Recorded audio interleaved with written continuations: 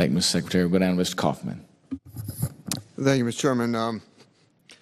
Mr. Hale, I think as Undersecretary for the Department of Defense, you have really compromised your responsibilities, and I think you have a tremendous conflict of interest. And the conflict of interest is this, that you really, I think, subordinated your responsibilities, I think, to achieve a political objective. And the political objective was to inflict as much harm as you possibly could in your own department.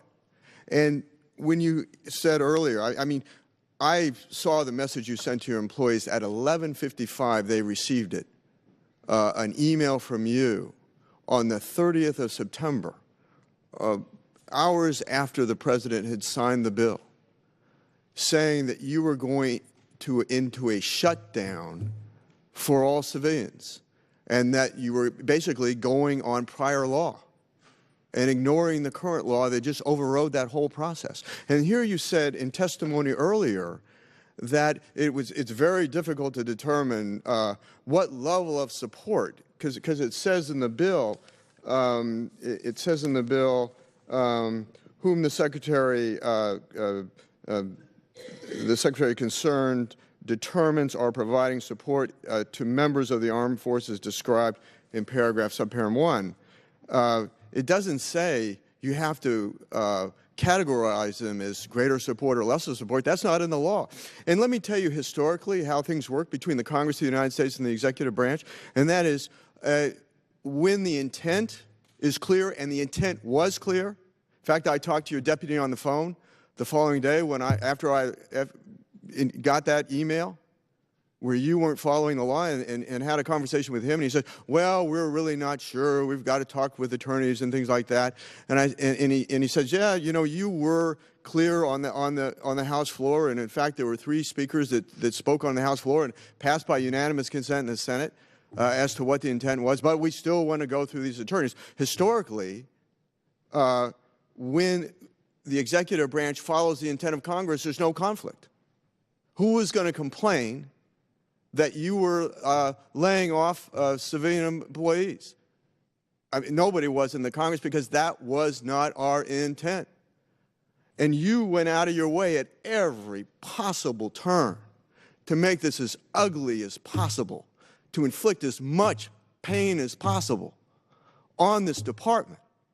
And I just think it's absolutely extraordinary. And even we have a legal opinion from Congressional Research Service.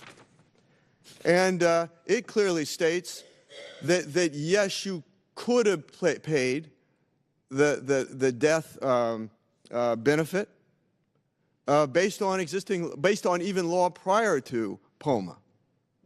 And yet you chose to do an interpretation to just maximize pain,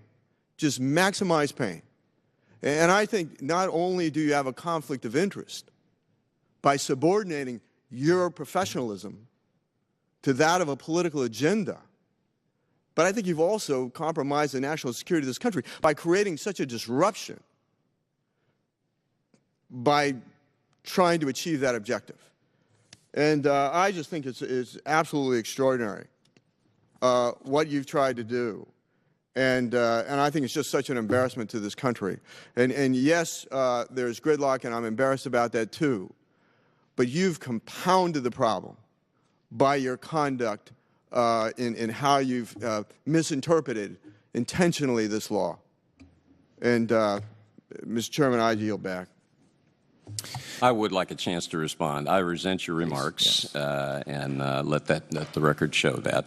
I acted on the advice of attorneys and our best reading of a loosely worded law, and we did our best. Mr. Chairman, and it was not. Let me finish, please. It was not a political judgment. We were trying to do what we thought the law said, that is, a determination was required. And as I said, I resent your remarks. Yep. Mr. Coffman, time's expired. If you have a question, we can take it for the record. That would be great.